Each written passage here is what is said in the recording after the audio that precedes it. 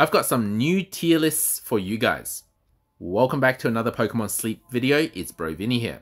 Today we are talking about sub-skills and how can you identify whether your Pokemon has good sub-skills. Now a long time ago I made this chart which really was just to show all of the available sub-skills in the game right now, but also to show you which sub-skills can be upgraded. For example, Helping Speed S can be upgraded to Helping Speed M, as long as I've put them in the same row. At the time, I did try to rank them in descending order of importance, and my understanding of the game has changed significantly since I made this chart. For example, inventory is now known to be much more important for ingredient specialists, so these would go a lot further up this list. So what I've done is recreated this chart for each specialty, so that you can see what I value the most for each type of specialist. Having said that, still there are exceptions to the rule and there are situations which I've tried to incorporate into the new charts. I will be putting the new charts under quick guides after this video is uploaded.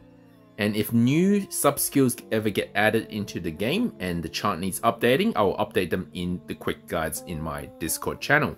You can find my Discord channel in the link in the description below. Now, I do recommend that you watch this video in full so that I can explain how I concluded where things lie on these new tier lists.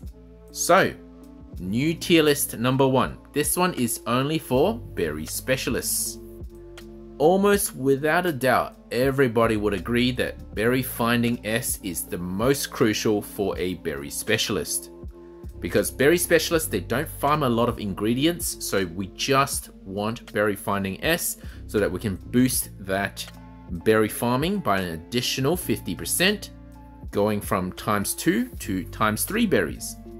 And a 50% boost from berry finding is much better than having all of the speed added together, because even if your entire team was stacked with helping bonuses, and your berry specialist has Helping Speed N and Helping Speed S, the most you can get for Helping Speed increase is 35%. This is a hard cap from the game. And it is understood that this cap only applies to sub-skills. And last I checked, 50% is greater than 35%. Which is why Berry Finding S stands at the top of this list. And of course, it will be even stronger if you can stack it with the 35% speed increase from all of these skills, which is why all of these belong in the amazing tier. So if your berry specialist has all of these skills, perfect. Just be aware that there's a cap at 35% speed up. As for the second tier for berry specialists, I've got skill trigger, skill level up, sleep EXP, energy recovery bonus. And the reason why I've got them in the second tier, which is not great, but at least it's not harmful and it still has some benefits, is because, for example, Skill Trigger M, you know what? That's useful for a berry specialist that has Ingredient Magnet, for example, like Walrein. It's even useful for self-healing Pokemon so that you might not need to bring a healer, so for example, Marowak. Now, for those free-to-play, skill level up is actually more important, assuming that you will never have enough main skill seeds. Between skill trigger and skill level up actually provides more power in most cases. And the reason for that is that skill trigger M provides 36% skill chance trigger up, and then 18% if it's skill trigger S. But in contrast, having a skill level up of +1 or +2 to the main skill, let's take Charge Strength S as the example. Going from level 1 to level 2 is nearly a 40 to 50% increase in the power. So if you have skill level up S, you're getting 40 to 50% boost, which is more than what you get from a skill trigger M. And even more so, you're almost getting double the amount of strength with skill level up M. So nearly 100% increase in the total power. And 100% is much bigger than 36% in my books. But if you're pay to win or you have a premium pass, you've been collecting main skill seeds for a long time, then skill trigger is much more important for you because you can use items to raise your main skill level instead. In fact, for those who spend money on this game, skill level up goes to neutral effects because it's completely useless to you. Why wouldn't you just have that skill slot, have something else instead, like helping bonus or helping speed? As for why sleep EXP is in the good category, well, the main argument for that is by leveling up your Pokemon quicker, you're going to be getting greater strength on your Snorlax earlier. That's just how EXP works, because your Pokemon will level up quicker.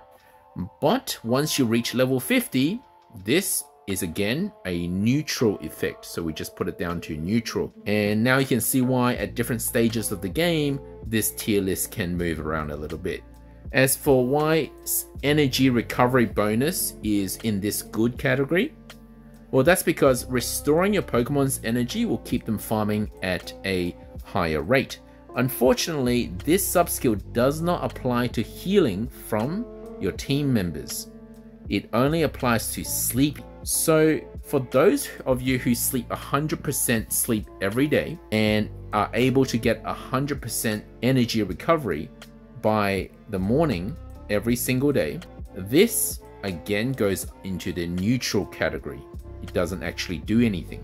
But for those of you who take naps, then this becomes a little bit more relevant because energy recovery bonus will restore more energy for your Pokemon during the day when you take the nap, allowing your Pokemon to farm at a higher rate. Now, this can also be utilized for people who sleep 100% sleep score every day if you have a Pokemon that has energy recovery down nature, because this subskill will then bring that energy back up a little bit when you wake up in the morning, as opposed to your Pokemon only getting about 80% of your 100 sleep score for energy recovery.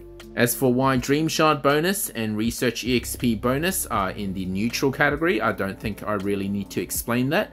Now, you could make the argument, I think some people still occasionally make the argument that Dream Shard is kind of late game, but after having seen how the Candy Boost event worked, I'm still confident that Dream Shards will always be in excess as long as you invest carefully. But if you go around investing in every single Pokemon, spending all of your candies on any species, for example, you raise a Riolu, you raise Gulpin, you raise Persian, even though they're not even needed or they're not actually that useful, then Dream Shard bonus may be useful to you. And I was borderline going to put Research EXP bonus into the bad category, and that's because as your research rank goes up, your incense requirement for your weekly mission also goes up. But thanks to a more recent developer update, that difficulty has been reduced. So it's a lot easier to achieve those mission incenses today than it was several months ago. And granted, you need Research EXP in order to not reach your level cap. So for example, Piggy was capped at level 45 for a long time on her Pikachu, on her Raichu, because she hadn't reached research rank 45 yet in order to unlock that level 50 cap, so it did hinder her progress just a little bit. So I decided that considering all factors, I'd put it into the neutral category. Now, as for why inventory and ingredient finder are detrimental to berry specialists, I think most people know this by now, but ingredient finder will reduce the amount of berries farmed. And that's because every time a production is triggered, the app will decide whether it drops, the Pokemon drops one lot of berries. So for a berry specialist, it will be 2 berries, or one lot of ingredients. So for example, it might be 1 cacao. Having ingredient finder means that it will be more skewed towards dropping that 1 cacao, that 1 ingredient, which is not what we want. We want the berry specialist to have berry finding S and have as little ingredient finder as possible. In fact, have a nature that's ingredient finding down, so that most of the time it's just dropping ×3 berries. As for why inventory is at the bottom of the list, the reason is that a big inventory will delay your sneaky snacking. And we know now that sneaky snacking, meaning your Pokemon has reached its carry limit, where the Pokemon will drop only berries. So basically have 0 chance to drop ingredients. So if you've got a berry finding S, berry specialist, it's just constantly dropping ×3 berries. So actually reducing the inventory is better for a berry specialist because then you can focus purely on that berry farming. And there is a way to minimize your inventory. Well, one is to not have any of these inventory subskills. And 2, if you catch a berry specialist fully evolved, like a Walrein or Eradicate, as opposed to their pre-evolutions like Spheal or Rattata, then they're naturally going to have less inventory, making them even better berry specialists. But there are 3 problems with this thinking. 1, without evolving, of course, you're going to have to find a way to feed 2 more or 1 more main skill seed, like Eradicate would be if you had evolved it from Rattata, 1 main skill level higher, while Rain, if you had evolved it from Spheal, would be 2 main skill level higher. So you're going to have to find some main skill seeds to make up for that difference. The second problem is that once you reach carry limit or max inventory, yes, your Pokemon will be farming only berries, which is great, but it cannot trigger a new main skill. So if it's already triggered it before it hit that max inventory, then the next time you come and click it to collect, then it will still trigger that skill. But if your berry specialist hasn't picked up a main skill by the time it's reached its max inventory, and if the inventory is quite small, the chance of it getting a main skill before then is a bit lower, then it cannot trigger. So if you value your main skill, so for example, while Rain has Ingredient Magnet, then having a little bit of inventory isn't necessarily harmful all the time.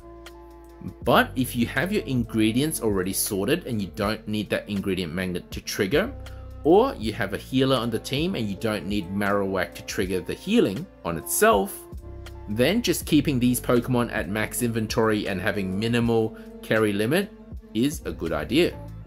And the third point is that a large inventory, a very large inventory, is actually going to be very good, even for berry specialists, only on Sunday night.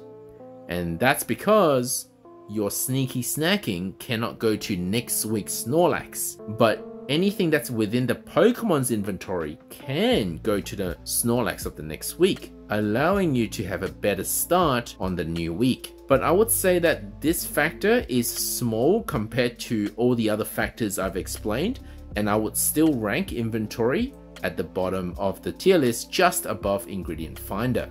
Now, some of these points I've actually written on this chart as well. So for example, me saying that free to play would value skill level up more, I've written that there. And I also said if you catch evolved berry specialists, that will reduce the inventory compared to catching them unevolved. And also having larger inventory is beneficial for Sunday night, but I think that overall it's still better to not have a large inventory for a berry specialist. So you can find all these side notes on these charts. So that was berry specialist. Now that we completely understood berry specialist, the other 2 specialists are easier to understand. But if you need a break at this point, go have a sip of water and come back, because there's a lot to take in still. Now, ingredient specialist. And now I've said this before, and the first thing you should note isn't even the sub-skill list. The first thing you should actually check is the ingredient list. There's no point of you having a Victory Bell that has double potatoes and a Golem that has double potatoes and your entire team only farming potatoes. You're going to need some sort of variety. You're going to need some Pokemon to cover some of the ingredients and other Pokemon to cover the other ingredients. So the ingredient list is a hurdle. It's the first thing you need to consider before you even look at the sub-skills list. If you have a Gengar, again, it's just another example. If you have a Gengar that has double mushrooms, you don't need your Golem to also provide mushrooms at level 60. So without a doubt, Ingredient Finder is what you want for an ingredient specialist.